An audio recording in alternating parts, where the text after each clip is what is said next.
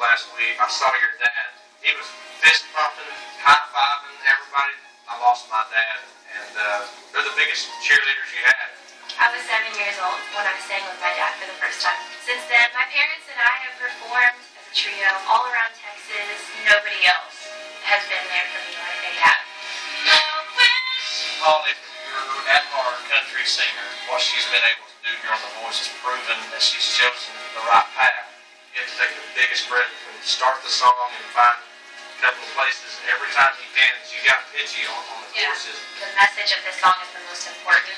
If I'm getting too caught up in where I'm supposed to breathe, then it's not going to go over very well. I really want the chance to prove that I can make it all the way to the top and be somebody to look up to. Woo! Can't wait till you make a record.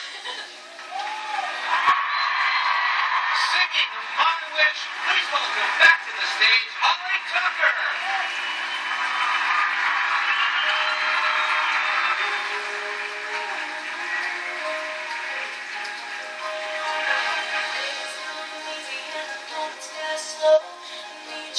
Lead you where you wanna go. If you're faced with a choice, you have to choose. I hope you choose the one.